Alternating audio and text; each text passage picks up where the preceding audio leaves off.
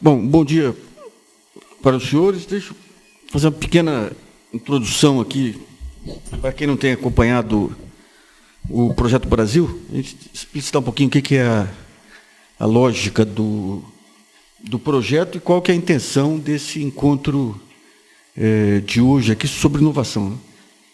A ideia básica por trás do projeto é que o Brasil o mundo está de pernas para o ar, mas o Brasil, particularmente, ele está mais de pernas para o ar que o mundo. Nós estamos, talvez, no mais profundo processo de transformações da história, não sei, olhando tudo, talvez lá nos anos 20 você tem alguma coisa semelhante, lá talvez um pouquinho, aquele processo de urbanização dos anos 60 e tudo mais, né? Porque você tem um conjunto de... Você tem um mundo passando uma transição, talvez um fim de ciclo, essa financiarização mundial aí. Está certo que os ciclos do mundo são... Às vezes o tempo é bem mais amplo do que o tempo nosso, né? Nós estamos claramente num fim de ciclo, como estivemos lá nos anos 20 também. Nós temos aqui o advento de novas tecnologias que estão mudando a forma, estão mudando a face do país, como nos anos 20 mudaram também aí, ampliação do rádio, ampliação das gravações e tudo mais aí. Nós temos um conjunto de valores que vem dos anos 80 e 90, grupos de excelência em várias áreas. Esses valores a inovação, essa questão da pesquisa e inovação passa a ser um elemento fundamental, e é de muito pouco tempo para cá, você se recorda, talvez uns 8 anos para cá, que esse tema ganhou corações e mentes aí na área acadêmica, na área das empresas, e nós temos uma dificuldade muito grande, nós temos um conhecimento disseminado muito interessante, muito rico no país todo, aí, grupos aí de políticas sociais de ponta, grupos de inovação, grupos de saúde. Só que esse conhecimento difuso, ele raramente consegue aflorar através das instituições convencionais. Os partidos políticos hoje não existem, praticamente, né? O que é o PSDB, o que é o PT. A universidade tem dificuldade muito grande aí de criar uma massa crítica, trazer para fora, digamos, esses temas. A igreja, em alguns pontos aí ela conseguia inovar também, não tem mais essa capacidade de disseminação. Então, por onde que você consegue agrupar essas novas ideias? Então, daí entra essa questão da internet como um elemento essencial, digamos, dentro desse novo jogo de informações que vem por aí. Quer dizer, se a gente for pegar os fatores de transformação do país hoje, uma nova classe média que surge a partir das classes D e E, trazendo insegurança para a classe média tradicional, novas formas de mídia trazendo insegurança para a mídia tradicional, os partidos políticos perdendo representatividade. Então, a intenção do Projeto Brasil foi tentar estabelecer um ponto de discussão de políticas públicas, captando, digamos, esse conhecimento difuso que, em geral, os organismos, e a mídia convencional, principalmente, não consegue captar. Nós somos já... Esse seminário é o 47º fórum, fora um conjunto grande de workshops aí. Nós temos um acervo hoje de documentos e trabalhos sobre as mais diversas políticas públicas, muito relevante. Já tivemos algumas contribuições importantes aí para a definição de políticas públicas. A própria lei de inovação, quando foi começada a discutir, o então ministro Eduardo Campos solicitou aí que nós montássemos uma discussão no âmbito do Projeto Brasil, e o projeto ele tinha no seu conselho aí, desde o Sérgio Rezende, que hoje é ministro, até o Pacheco, que era o principal nome aí da política tecnológica de Fernando Henrique Cardoso, porque, independentemente de partido, nós temos as bancadas, a bancada da saúde, a bancada da tecnologia, que é o que tem que mantém as ideias permanentes aí. O ponto central, agora nós estamos partindo para uma nova tecnologia que está entrando no ar aí, estamos em reta final, que vai permitir a criação de comunidades efetivamente. Está voltando um programa na TV Cultura, aí, Projeto Brasil. A intenção do seminário hoje é filmar, documentar tudo, para colocar na internet e colocar também num programa da TV Cultura.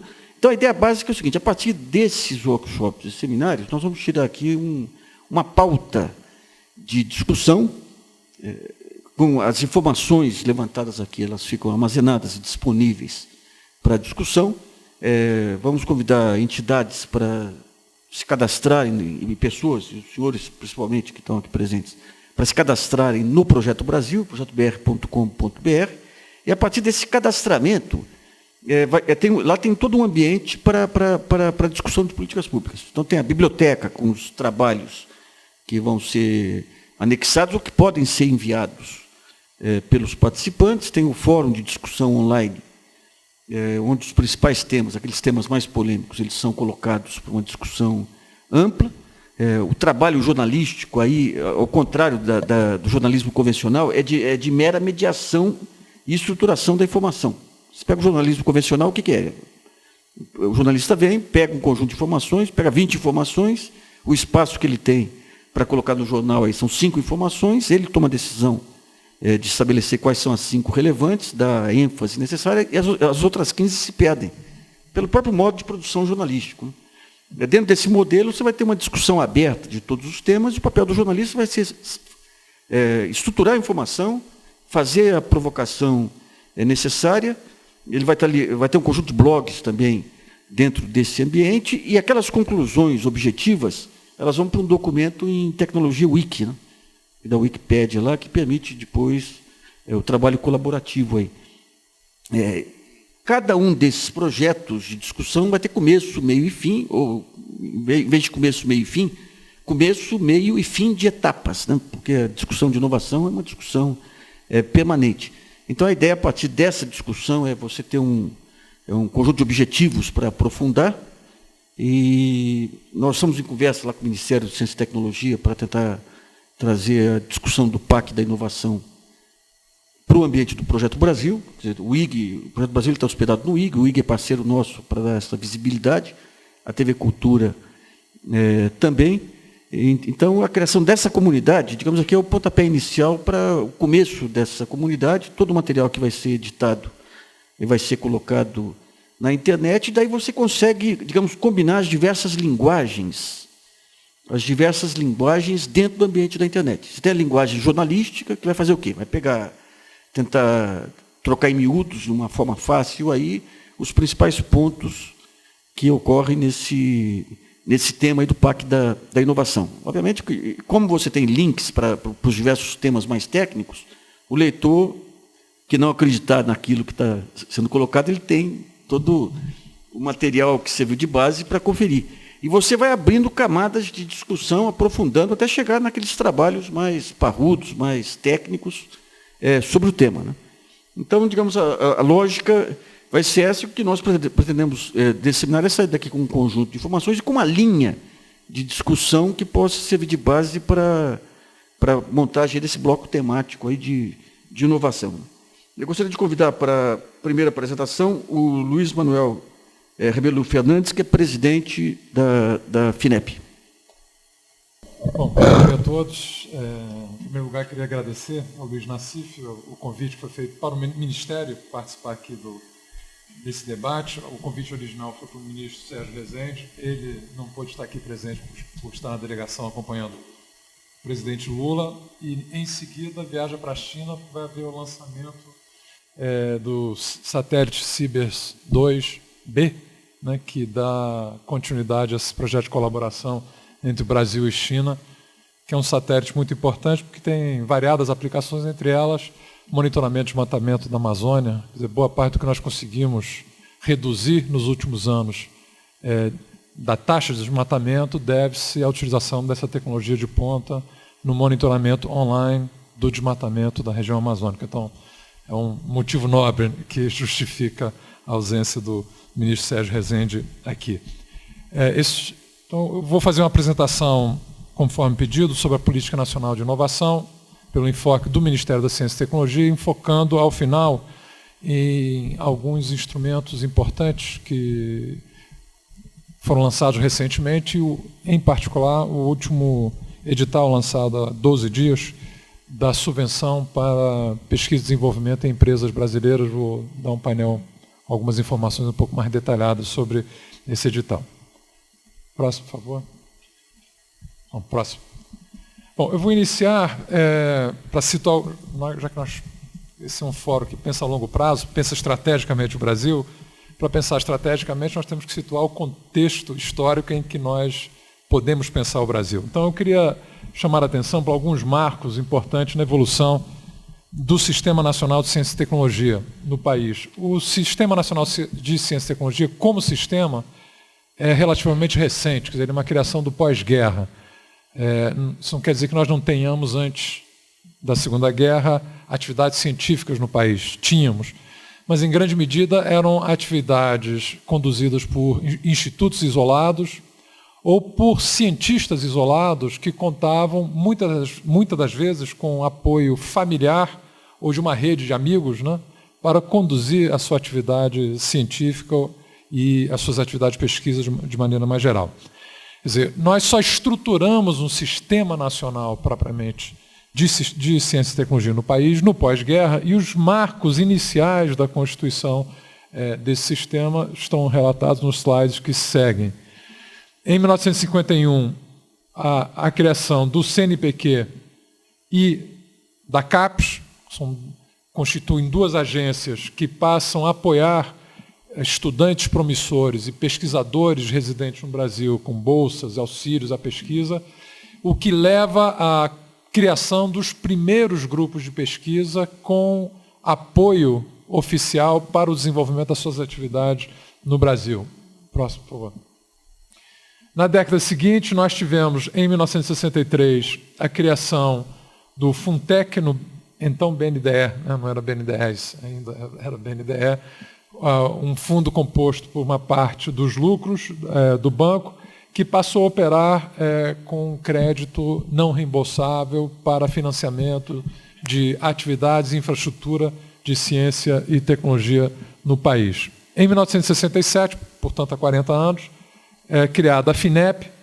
Inicialmente ela é criada, por isso o nome, financiadora de estudos e projetos, ela financiava projetos pré-competitivos que, em seguida, uma vez desenvolvidos, eram submetidos ao BNDES para financiamento de maior porte.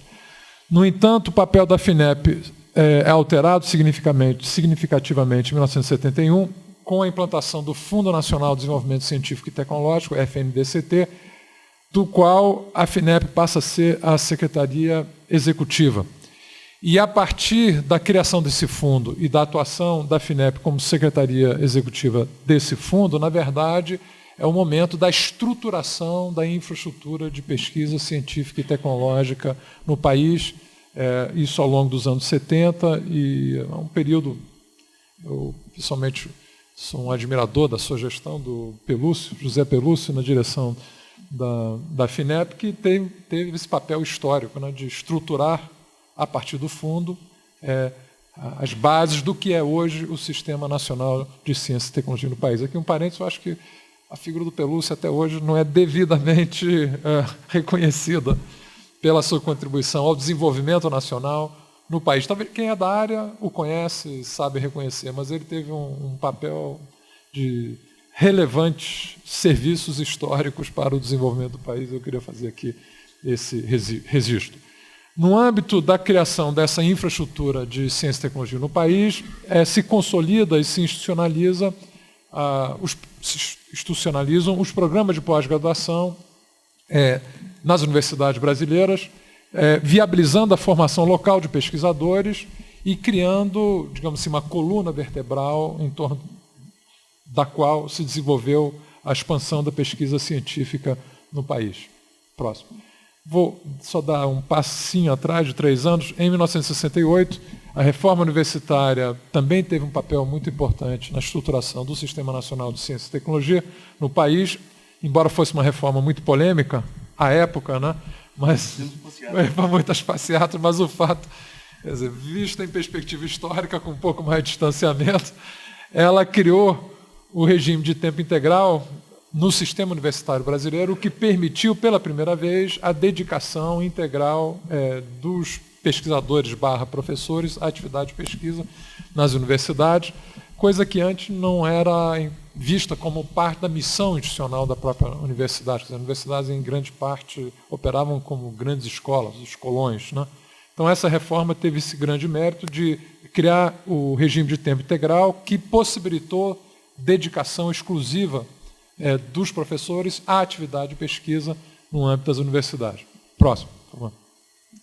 Outro marco importante, em 1985, é criado o Ministério da Ciência e Tecnologia, que passa a incorporar, desde então, essas duas grandes agências do fomento da ciência e tecnologia no país, FINEP e CNPq, e incorpora também os institutos de pesquisa, alguns soltos, que existiam em diferentes áreas do governo, muitos vinculados até então ao CNPq, eram institutos do CNPq. Próximo.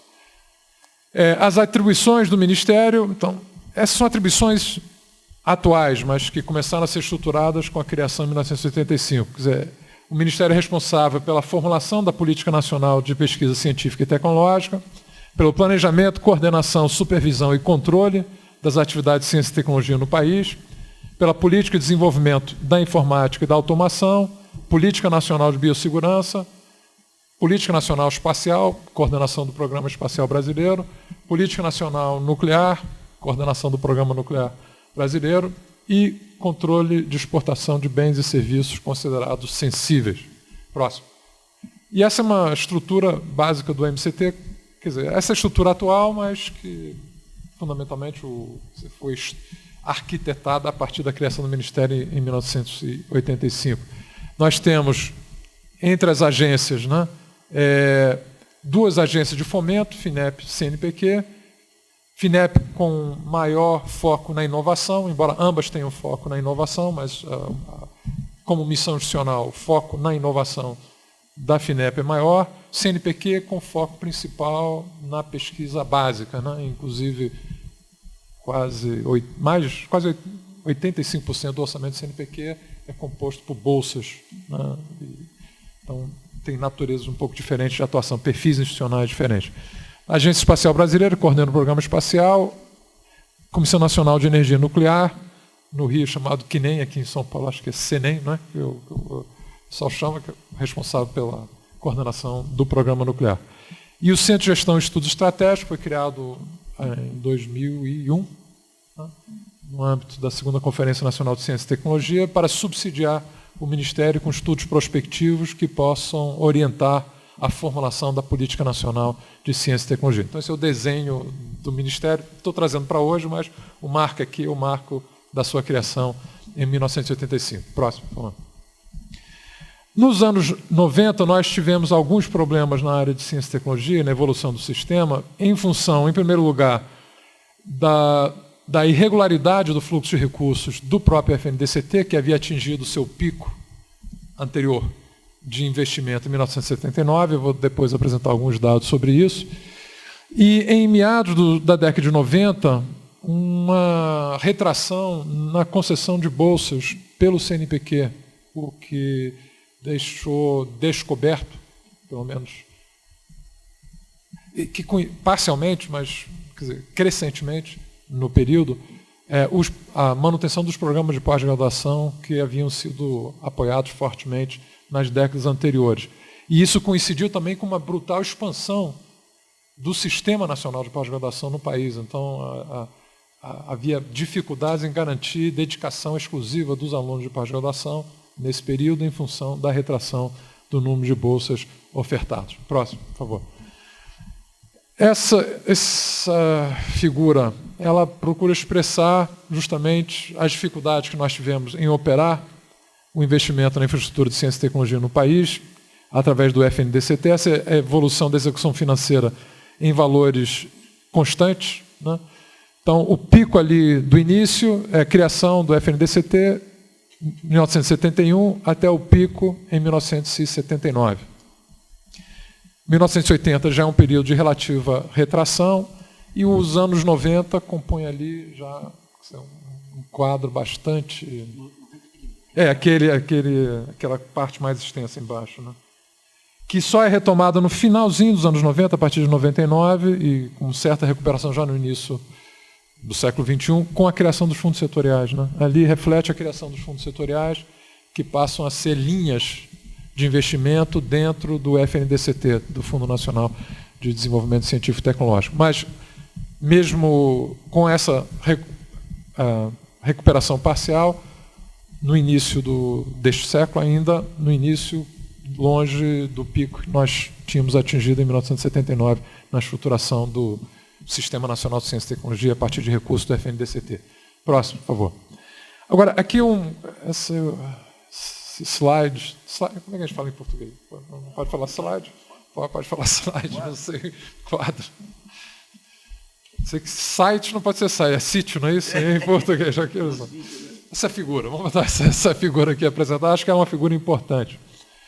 Porque o que eu acabei de apresentar sobre a estruturação do Sistema Nacional de Ciência e Tecnologia caminhou historicamente em paralelo no país com um projeto de desenvolvimento nacional que nos anos 90 nós tendemos a esquecer, mas ele foi um projeto nacional de desenvolvimento com grande dose de sucesso, né? Nós conseguimos estruturar uma base econômica relativamente diversificada no país, complexa. O desenvolvimento do Brasil, dos anos 30 até a crise da dívida, no início dos anos 80, se situa entre os crescimentos econômicos sustentados mais elevados do mundo nesse período. E isso coincidiu, esse esforço de industrialização e desenvolvimento nacional, coincidiu com o esforço de estruturação do Sistema Nacional de Ciência e Tecnologia. No entanto, esse é um ponto que eu acho que é importante para discutirmos os desafios da inovação hoje no Brasil. O que predominou na política industrial que orientou esse esforço de desenvolvimento foi a lógica da industrialização via substituição de importações, se valendo de um mercado doméstico fortemente protegido e uma política oficial de promoção de grandes empreendimentos estatais de desenvolvimento associado à atração de investimentos externos para setores dinâmicos da economia nacional. O fato é que essa lógica não trouxe o tema da inovação tecnológica para o coração do esforço de desenvolvimento. Ela permaneceu uma preocupação marginal no projeto de desenvolvimento. E gerou um desenvolvimento em paralelo e relativamente desconectado do Sistema Nacional de Ciência e Tecnologia que se estruturava e do esforço de desenvolvimento nacional exitoso, pelo menos parcialmente, que o país empreendia no mesmo período.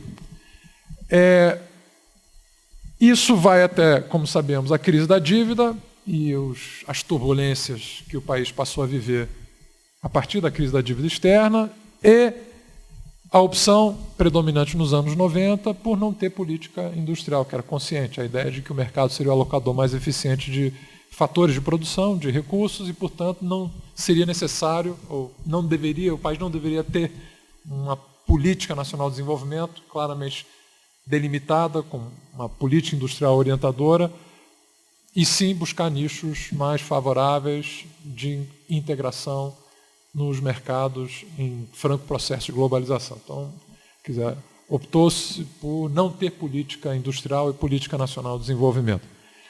Isso coincidiu com o relativo esgotamento, turbulência mencionada antes, no próprio Sistema Nacional de Ciência e Tecnologia, né, com retração brutal do FNDCT, até nós poderíamos chamar um colapso do FNDCT em relação aos padrões de investimento anteriores, quer dizer, retração aí sim no fomento do CNPq, e ali está flata, mas deve ser falta de sustentação do Sistema Nacional de Ciência e Tecnologia. Próximo, por favor.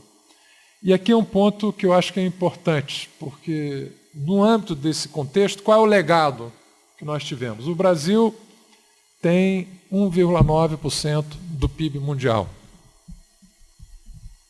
Sério. Tem hoje, essa cifra está desatualizada, hoje mais de 60 mil pesquisadores com título de doutor, dedicado à atividade de pesquisa no país, certamente a maior e mais qualificada comunidade de ciência e tecnologia da América Latina, uma das mais qualificadas e complexas e abrangentes dos países em desenvolvimento. Próximo. Vai adiante.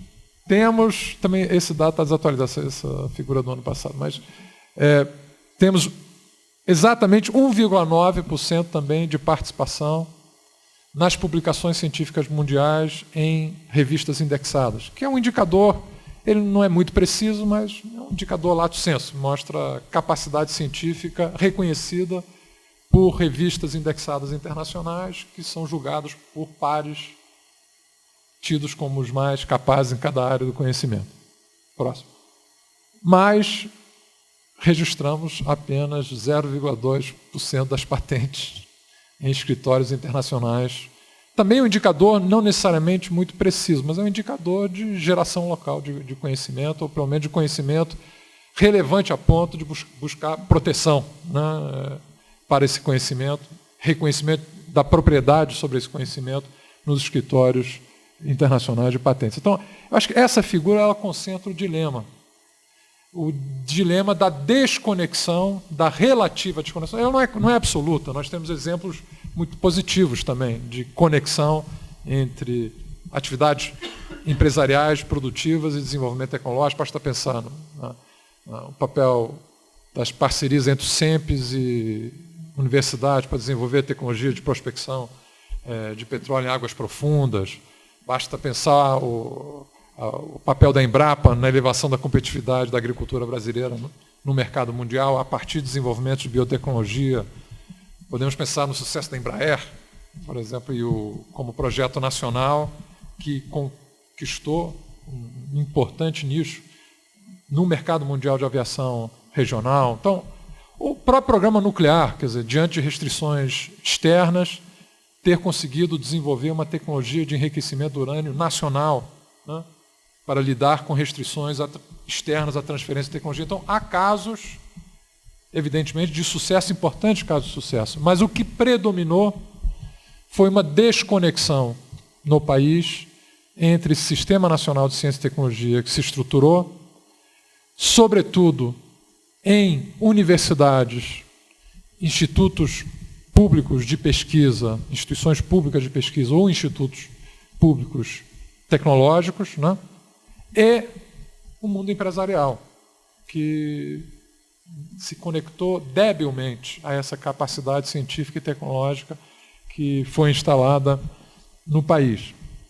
E isso, só para situar num contexto mais amplo, no momento em que houve a transição para a chamada sociedade do conhecimento, que é um termo polêmico, um conceito polêmico, mas o que é consensual entre todos é que a crescente participação da ciência e tecnologia nos processos de produção de riqueza e agregação de valor no mundo, isso é inconteste, isso é aceito, e, portanto, a inovação tem papel cada vez mais central nos processos de geração de riqueza, e tendo os países centrais, em particular os Estados Unidos, com promoção do Estado, que isso às vezes não foi um processo espontâneo, forte promoção do Estado, forte subsídio do Estado, deslocado o locus da sua pesquisa e desenvolvimento focada na inovação, do sistema de universidades, faculdades públicas, institutos públicos,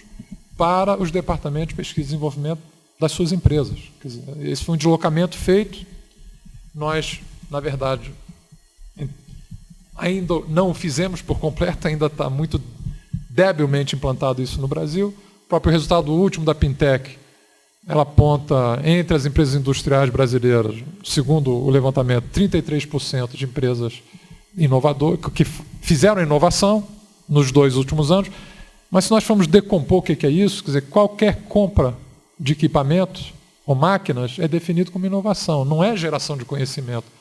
Se nós expurgarmos isso para ver o que é investimento em P&D propriamente dito, né, geração de conhecimento, o número é muito reduzido ainda. Então, quer dizer, há ainda uma área empresarial onde, quer dizer, o envolvimento nas atividades pesadas de inovação ainda é muito restrito. Quer dizer, esse é o grande desafio, digamos assim, da promoção da inovação nacional. Próximo.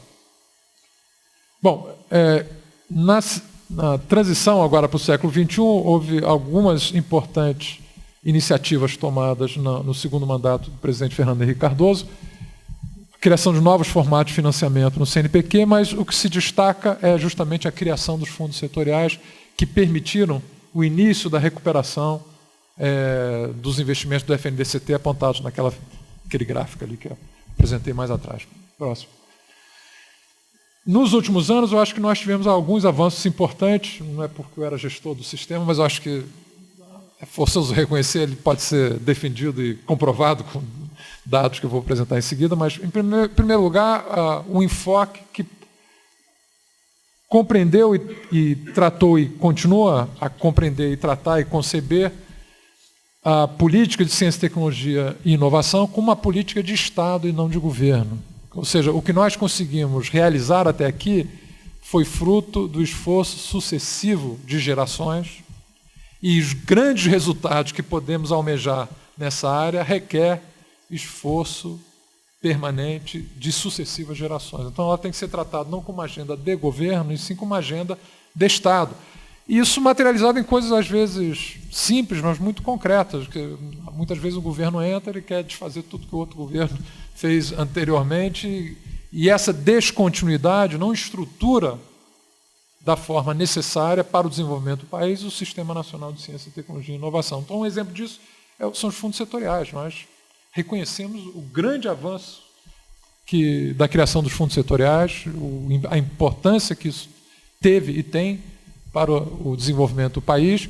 Agora, fizemos adequações na gestão dos fundos, procurando dar foco, porque acho que um dos dilemas dos fundos setoriais é que eles vieram já comandados pela lógica da promoção da inovação, mas num contexto em que predominava no governo de então a opção por não ter política nacional de desenvolvimento, não ter política industrial que desse maior relevância aos próprios fundos, né? Então, eles ficaram fundos desconexos entre si e operando de forma relativamente fragmentada, pulverizada, e não conectados a um projeto de desenvolvimento que lhes desse um sentido, uma missão adicional mais clara. Então, o que nós procuramos fazer foi justamente integrar a ação dos fundos através de ações transversais focadas em objetivos estratégicos para o desenvolvimento do país. Então, esse é o segundo ponto que eu queria chamar. Tentou-se dar foco na política nacional de ciência, tecnologia e inovação, foco em eixos estratégicos, entre os quais se destaca o apoio à política industrial, tecnológica e de comércio exterior, tendo no coração dessa política a promoção da inovação. Vou falar um pouco mais sobre isso adiante. Nós avançamos na constituição de novos marcos regulatórios e na criação de novos instrumentos focados na promoção da inovação e focados na tentativa de vencer ou ultrapassar esse hiato entre a capacidade científica e tecnológica instalada no país, esse ato histórico, e a atuação das empresas brasileiras. E, para isso, não só foram criadas novas leis e marcos regulatórios, mas também novos instrumentos de apoio à inovação nas empresas, à pesquisa e desenvolvimento nas empresas, entre os quais se destaca o instrumento da subvenção econômica, que eu vou também falar um pouco mais detalhadamente à frente. E, por fim, houve um significativo aumento dos recursos investidos no Sistema Nacional de Ciência, Tecnologia e Inovação, em geral, mas onde isso mais se expressou foi na atuação da própria FINEP, que se consolidou como principal agência de fomento do Sistema Nacional de Ciência, Tecnologia e Inovação. Próximo, por favor. Bom, esses são os eixos, mencionei o foco estratégico, quer dizer, são os 4 eixos estratégicos que orientam a Política Nacional de Ciência, Tecnologia e Inovação.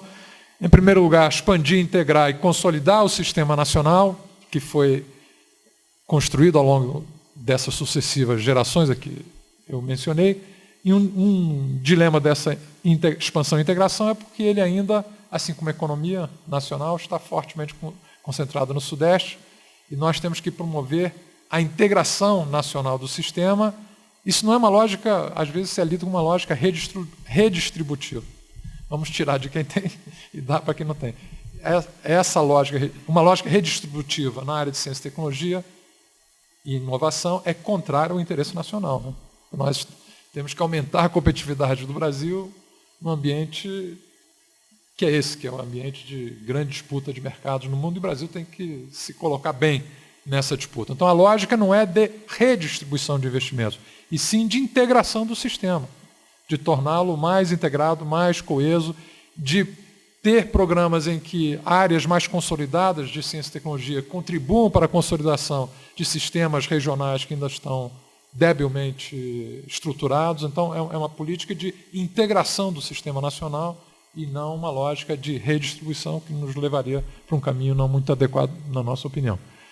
O segundo eixo, o primeiro é um plano mais horizontal, digamos assim, um eixo horizontal, do qual emergem 3 eixos verticais. O primeiro é o apoio à política industrial, tecnológica e de comércio exterior, com foco no apoio à inovação nas empresas.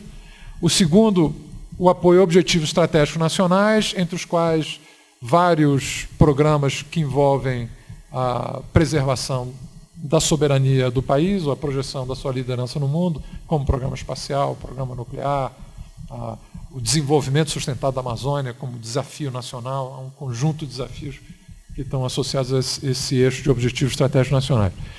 E, por fim, ciência e tecnologia para a inclusão e desenvolvimento social, porque esse é um dos grandes, talvez o calcanhar de Aquiles. Há vários problemas, mas talvez o principal calcanhar de Aquiles do nosso esforço de desenvolvimento anterior era esse, que o país cresceu economicamente, se desenvolveu, se estruturou, uma base econômica relativamente avançada, mas o elemento da incorporação social, desenvolvimento, melhoria das condições de vida, isso, em grande medida, foi relegado para um momento posterior. Era aquela imagem do bolo, né? O bolo tem que crescer para depois dividir. O bolo cresceu, murchou, e o Brasil ficou com o triste título de um dos recordistas mundiais de concentração de riqueza e renda. Então, a preocupação é incorporar elementos, aí sim, redistributivos de riqueza e geradores de melhoria de condições de vida no próprio, quer dizer, no motor do sistema, não como algo marginal ou a ser alcançado em um futuro que não se sabe quando virá. Então, é incorporá-lo desde já como elemento do próprio, da própria política nacional de desenvolvimento. Então, esses são os 4 eixos estratégicos. Todos os investimentos efetuados na área de ciência e tecnologia passaram a ser governados, digamos assim, por esses 4 grandes focos estratégicos. Próximo. No âmbito dos marcos legais regulatórios, nós tivemos importantíssimas evoluções, eu diria, conquistas, né, nos últimos anos. A primeira das quais foi mencionada pelo Luiz Nassif aqui, com a participação aqui do Projeto Brasil, a aprovação da Lei da Inovação em 2004 e a sua regulamentação em 2005. Que tem várias inovações na Lei da Inovação, mas acho que eu chamaria a atenção para 2 em particular. Primeiro, procurou-se desobstruir canais de parceria entre instituições públicas de pesquisa científica e tecnológica e empresas, que elas estavam, em grande medida, bloqueadas por uma espécie de muro burocrático legal, né? Então, aqui se tentou desobstruir os canais da parceria. Mas, talvez o mais importante, a mais importante inovação tenha sido a criação do instrumento da subvenção econômica, né, no âmbito do FNDCT. Quer dizer, a possibilidade de subvencionar diretamente as empresas para a condução das suas atividades de pesquisa e desenvolvimento. Essa lei ela foi regulamentada em 2005 e, com isso, em 2006, final de 2006, pela primeira vez, lançamos o primeiro edital da subvenção econômica e agora, no dia 31 de agosto, 12 dias atrás, lançamos a segunda versão do edital da subvenção econômica. Eu vou falar um pouco mais adiante sobre esse edital. Tivemos a lei de informática, prorrogando os incentivos fiscais à atividade de P&D na área de informática. Me avisando que tem 10 minutos. Isso foi útil, né? A lei da biossegurança, que desobstruiu obstáculos que existiam para o desenvolvimento da biotecnologia nacional em números e também para a pesquisa com células-tronco. A chamada Lei do Bem, que instituiu novos incentivos fiscais para a atividade P&D nas empresas brasileiras. E agora estamos já em fase, acredito, final de tramitação no Congresso da Lei de Regulamentação do FNDCT, que teve que ser vetado pelo presidente na primeira versão, em função de ter um vício de origem, ser regulamentação de um fundo do Executivo partindo do Legislativo. A lei foi recomposta e melhorada, eu diria, apresentada para o Congresso, e a última informação que nós temos é que ela deverá ser votada na semana que vem. É a última informação. Estamos torcendo que o seja. Isso é importante porque o FNDCT foi criado em 1971 e nunca foi regulamentado, né? Então, essa regulamentação, finalmente, ela constrói uma arquitetura regulatória para o fundo importante, consolidando essa visão de ação integrada dos fundos em grandes ações estruturantes. Então, uma parceria entre o governo, a área de pesquisa científica e tecnológica e as empresas no conselho diretor do próprio fundo. Então, acho que também uma conquista importante que teremos com a aprovação da regulamentação do FNDCT. Próximo. Bom, e aqui mostra já a recomposição da nossa capacidade de investimento. Os anos não dá para ver bem ali, né? Mas eles vão até 2005. E ali mostra a recuperação que houve nos recursos dos fundos setoriais, em valores constantes.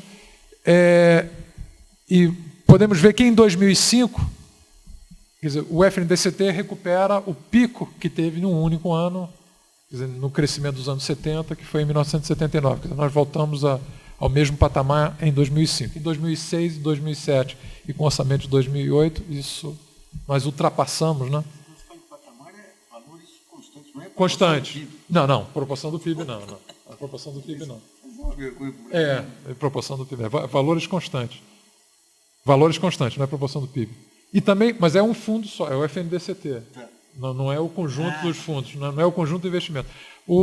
Proporção do PIB, nós estamos aí ainda estagnados em torno de 1% do PIB em investimento em P&D, 1,2%, 1,3% em investimentos em ciência e tecnologia. Nós teríamos que... A meta já existe há algum tempo, que é chegar a 2% de investimento do PIB em ciência e tecnologia.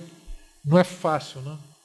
Conseguir... É necessário, não é fácil. Agora, parte da possibilidade de chegar nesse patamar é garantir a contínua ampliação do financiamento público das atividades de ciência, tecnologia e inovação, casado com efetiva promoção do financiamento de atividade de inovação nas empresas, né? Acho que isso aqui é a chave que nós estamos tentando, com os novos instrumentos, viabilizar, né? Os instrumentos que eu vou mencionar em seguida. Mas aqui é especificamente FNDCT, né? Próximo.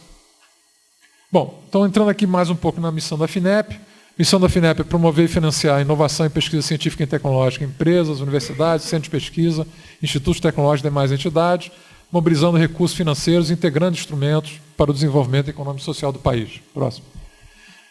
Nós atuamos, na verdade, hoje eram 2 linhas, hoje são 3 grandes linhas de atuação, que combinam cliente e natureza do instrumento. Somos a principal agência de fomento de atividade de ciência e tecnologia e inovação, quando envolvem também institutos tecnológicos. E isso é operado através de financiamento não reembolsável para projetos ou, sobretudo, para infraestrutura de ciência, tecnologia e inovação no país, né? Aí os principais clientes são universidades, institutos, instituições de pesquisa, mesmo quando em parceria com empresas, né? Então, essa é uma... Isso é como agência de fomento na área de ciência, tecnologia e inovação. De ciência e tecnologia, mais propriamente. Mas atuamos também como agência de fomento da inovação, isso é novo, né? Com a subvenção econômica. Ou seja, subvenção econômica é financiamento não reembolsável direto para as empresas. E funcionamos como banco de financiamento das atividades de P&D nas empresas, com financiamento próprio, como banco, a taxas de juros reduzidas, porque subsidiadas, através do mecanismo de equalização com recursos do FNDCT. Então, dependendo da adequação do projeto apresentado pela empresa, às prioridades da política industrial, nós já praticamos hoje taxa de juros reais negativas, né, para empresas em áreas prioritárias da política industrial, e também programas de constituição de empresas de base tecnológica através de fundos de investimento, tem um conjunto de iniciativas, né? Capital semente. Então, são áreas de investimento com retorno, né, para a FINEP em diversas modalidades, né? Então, esses são os três pernas de atuação, né, da FINEP, esse é o tripé sobre a qual a FINEP opera. Próximo. Aqui eu iria detalhar os principais programas dentro de cada braço desse de atuação, mas eu sei que o meu tempo já está se esgotando, então vou só passar adiante. Aqui a apresentação vai ficar com vocês, mas é um detalhamento dos principais programas dentro de cada um desses três braços de operação da FINEP. Próximo, por favor. E aqui as modalidades. Subvenção econômica, que eu vou só falar um pouco sobre isso aqui. Nós temos, na verdade, 3 modalidades de subvenção explícita e uma 4ª modalidade de subvenção que não é subvenção, mas não definida explicitamente como tal. As 3 modalidades de subvenção são os editais de subvenção a projeto de inovação, que esse é o segundo, foi lançado agora, 31 de agosto. O programa PAP Subvenção, porque o primeiro é dirigido a empresas de qualquer porte.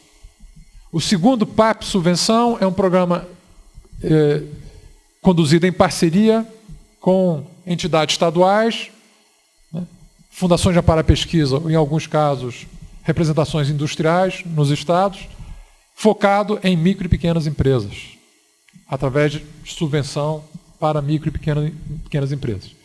E o terceiro programa é o programa de absorção de recursos humanos em empresas para atividade de P&D, através do qual a subvenção cobre parte do salário de mestres e doutores contratados pelas empresas, né, para desenvolver a atividade de P&D. Então, essas são 3 modalidades de subvenção econômica explícita. Mas há outros, porque a equalização da taxa de juros com recursos do FNDCT é também uma subvenção econômica, via equalização da taxa de juros. E tem outros mecanismos menores, mas eu diria 4 grandes modalidades de subvenção, se nós adicionarmos a esses 3, a equalização da taxa de juros praticadas nos empréstimos efetuados pela FINEP para empresas inovadoras.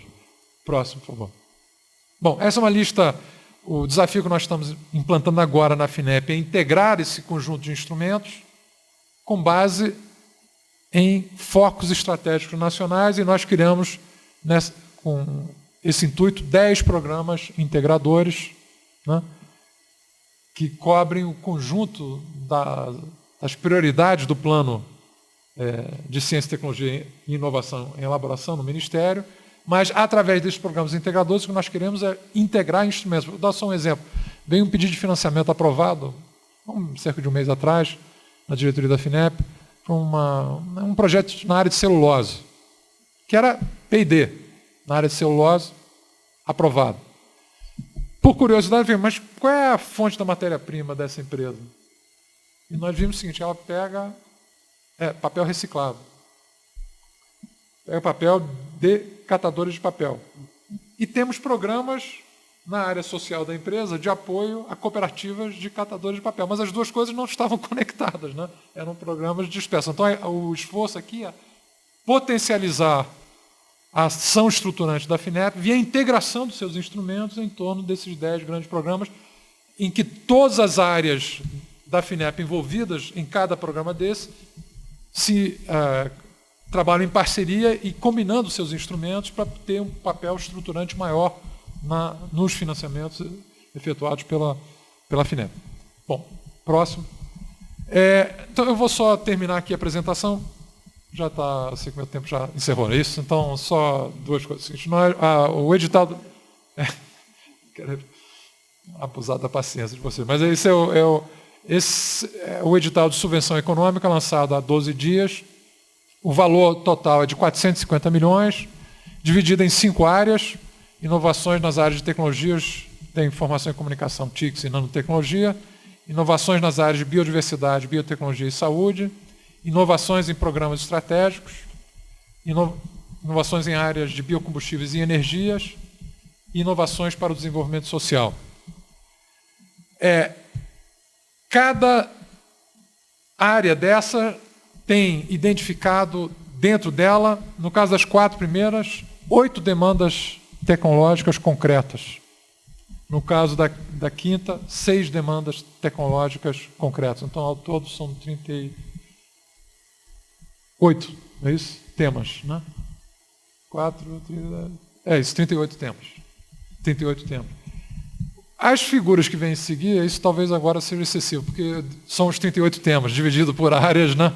Isso, para não cansá-los, isso está no site da FINEP, está no edital de convocação, a apresentação vai ficar aqui, vocês podem consultar quais são as demandas, mas em todas elas nós procuramos identificar, em parceria com vários atores, fora da FINEP e fora do Ministério de Ciência e Tecnologia, tecnologias críticas a serem nacionalizadas, que possam promover desenvolvimento para o país e bem-estar para o país em diversas áreas. Então, isso foi, digamos assim, o critério que orientou a identificação dos temas de demanda tecnológica que compõem esse edital. Próximo. Então, isso aqui é a lista. Próximo. Aí depois vocês pegam ali, não vou ler tudo, senão vai tomar muito tempo. Pode ir? Pode ir? Pode ir. Bom, e esse eu vou terminar com essa figura. Terminar nota um pouco mais otimista. Essa evolução do desembolso da FINEP nos seus vários instrumentos, de 99 até o orçamento, que acho que dia 31 de agosto é um bom dia para nós. Não só porque terminou o mês de agosto, né, normalmente contém surpresas, mas no dia 31 de agosto nós lançamos o edital da subvenção de 450 milhões, que eu mencionei antes, e também foi encaminhado para o Congresso o projeto, a PLOA, né, o projeto de orçamento de 2008. Então, o que está incluído aqui é o projeto de orçamento de 2008. Então, nós vemos o seguinte: o orçamento da FINEP, juntando o conjunto de seus instrumentos, ela passa de 1,3 bilhões de reais, né, em 2006 para 1,9 bilhões em 2007 e chegará a 2,8 bilhões de reais em 2008, com base no projeto de lei orçamentária já apresentado. Quer dizer, isso reduzir não vai reduzir, pode aumentar, né, nos debates lá do... Reduzir não reduz, não. Reduz. Pela nossa experiência ali de negociação, não reduz. Ele pode ampliar, né? Mas, então, de fato, se eu mencionei que em 2005 nós atingimos o pico em valores constantes, né, que havia sido executado em 1979, agora, com o recurso do FNDCT, nós já dobramos, só com o recurso do FNDCT, sem os recursos para crédito reembolsável, dobramos o pico histórico em valores constantes atingido em 1979. E o projeto também, para nós, é muito importante para a FINEP, porque o BNDES e outras agências de desenvolvimento, elas têm fontes seguras de captação, no caso do BNDES FAT, né, que a FINEP não tem. A FINEP tem que negociar a captação com o FAT, projeto a projeto, negociar a captação com o Fundo Nacional de Desenvolvimento, FND. E o que nós introduzimos, uma novidade muito importante, foi uma captação no FNDCT, na reserva de contingência do FNDCT, para ampliar a capacidade de financiamento de crédito da FINEP, o que vai permitir reduzir significativamente o spread e operar mais amplamente um programa de taxa de juros negativos em setores prioritários, né, para o desenvolvimento do país. Então, eu acho que isso resolve um problema histórico para a FINEP, que era a falta de uma fonte segura de captação. Isso foi já, quer dizer, eu acho que é uma conquista histórica para a FINEP, do ponto de vista da garantia do seu equilíbrio e da sua consolidação. Bom, muito obrigado. Peço desculpas se eu tenha excedido o tempo aqui que me foi dado, mas espero ter trazido informações relevantes para o debate que vem em seguida.